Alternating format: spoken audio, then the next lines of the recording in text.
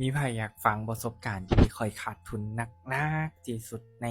ชีวิตของข้อยบ่มื้อนี้สิมาเล่าให้ทุกคนฟังเนาะ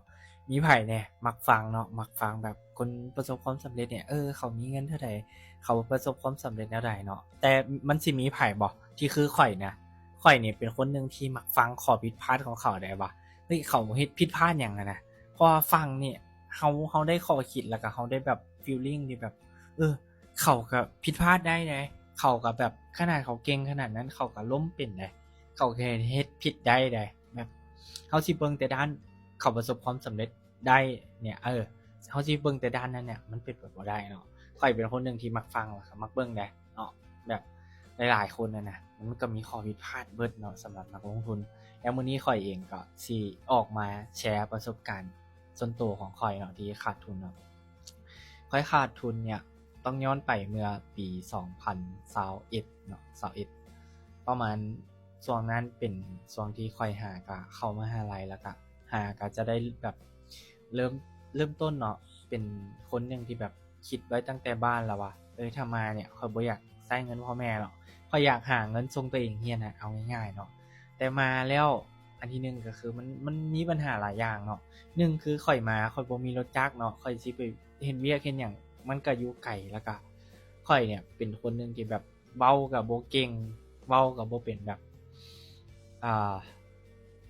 สิว่า introvert มันก็พวกเจ้าเก็ตบ่หมู่4คนเนี่ยเป็นแบบเล่นเกมอะนะสิว่าสายแบบเนิร์ดๆเนิร์ดๆแน่ introvert แน่อิหยังหั้นน่ะแต่ว่าถ้ามีคนมารุมจุข้อยก่อนข้อยก็ล้มได้ปกติได้แต่ว่า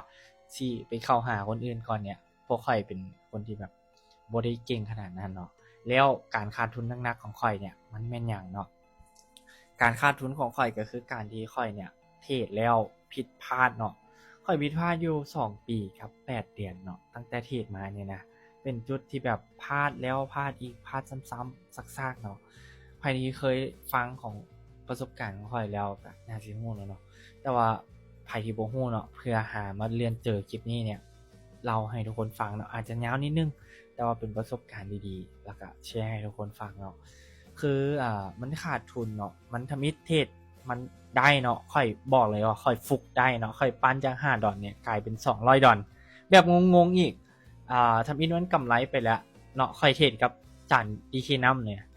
ค่อยเทรดเนาะ$5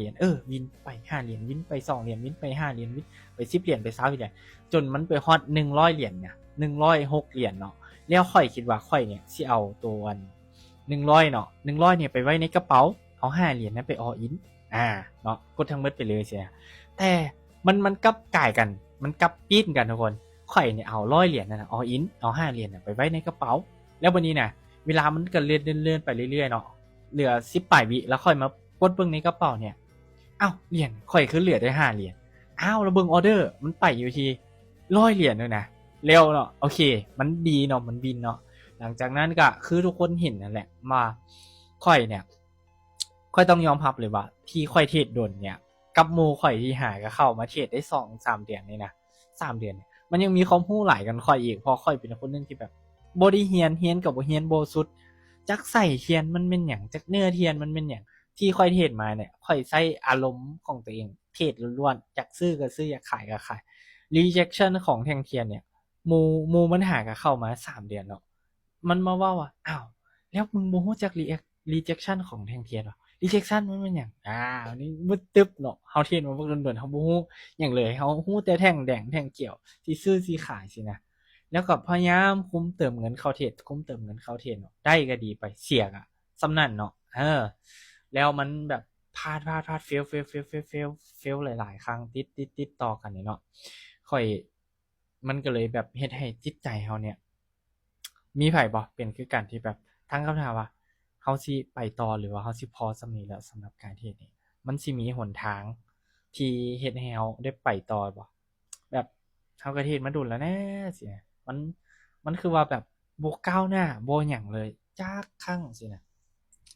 แล้วค่อยไปจนสุดเนาะจนบ่มีทุนในการแบบสิเติมเข้าล่ะค่อยหมดเกลี้ยงอีหลีแบบเกลี้ยงเนาะ2ปีกับ8เดือนเนี่ยนะที่ใช้เวลามาค่อยพักทำใจอยู่3-4เดือนแล้ววันนี้เนี่ยค่อย มาตั้งคำถามกับตัวเองว่าเอ้ยที่มันพลาดเนี่ยมันพลาดย้อนหยังกันแท้อะมันพลาดที่ตัวเขาเองบ่หรือว่ามันพลาดน้ำหยังเนาะค่อยตั้งคำถามในนี้แล้วค่อยพยายามไปซอกหาคนที่แบบเขาเทศแล้วมันประสบความสำเร็จแล้วก็ไปเบิ่งคนไทยที่แบบเขาเทศแท้ๆโค้ชคนไทยเนาะค่อยบอกเลยว่าค่อยไปเห็นกับลาวมาเนาะค่อยไปเบิ่งว่าเอ้ยเขาเทศแนวใดเขามีวิธีการใดค่อยไปเจออันหนึงก็คือพอตเต่าเนาะพอตเต่าเนี่ยค่อยต้องบอกเลยว่าค่อยเปลี่ยนได้ย้อนพอตเต่าเลย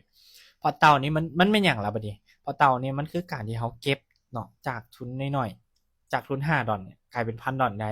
ผู้เจ้าเชื่อบ่เนาะแต่ค่อยเฮ็ดมาแล้วเนาะค่อยเฮ็ดมาแล้วอ่าค่อยเฮ็ดตอนปี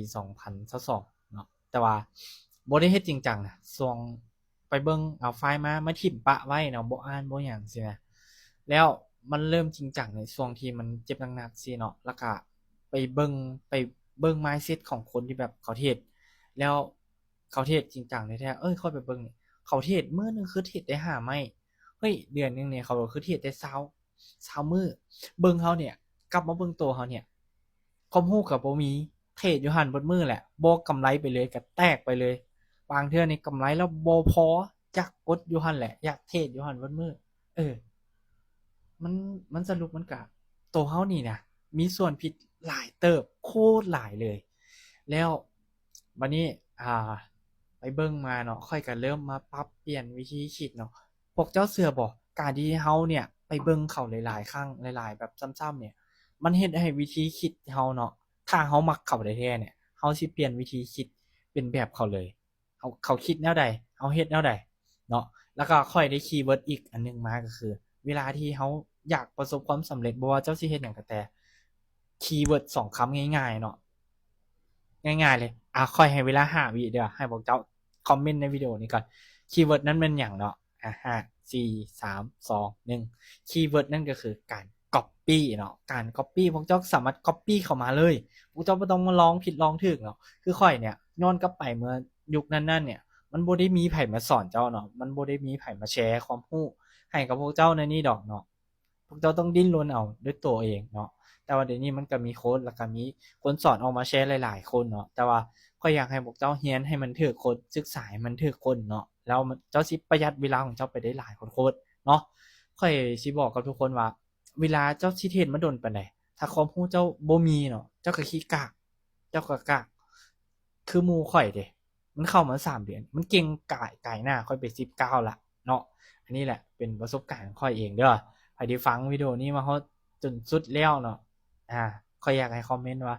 จะฟังข้อยจนสุดจนหมดเลยบ่เนาะเพราะว่าคลิปนี้มันยาวหลายเนาะโอเคขอบใจทุกคนที่รับชมประสบการณ์เล็กๆน้อยๆของตัวข้อยเนาะบางเทื่อมันอาจสิประหยัดเวลาของเจ้าไปได้หลายเนาะโอเคขอบใจทุกคนเด้อที่รับชมเนาะใครที่รับชมจบคอมเมนต์มาว่าเบิ่งจนจบเลยเด้อให้ข้อยหน่อยเด้อ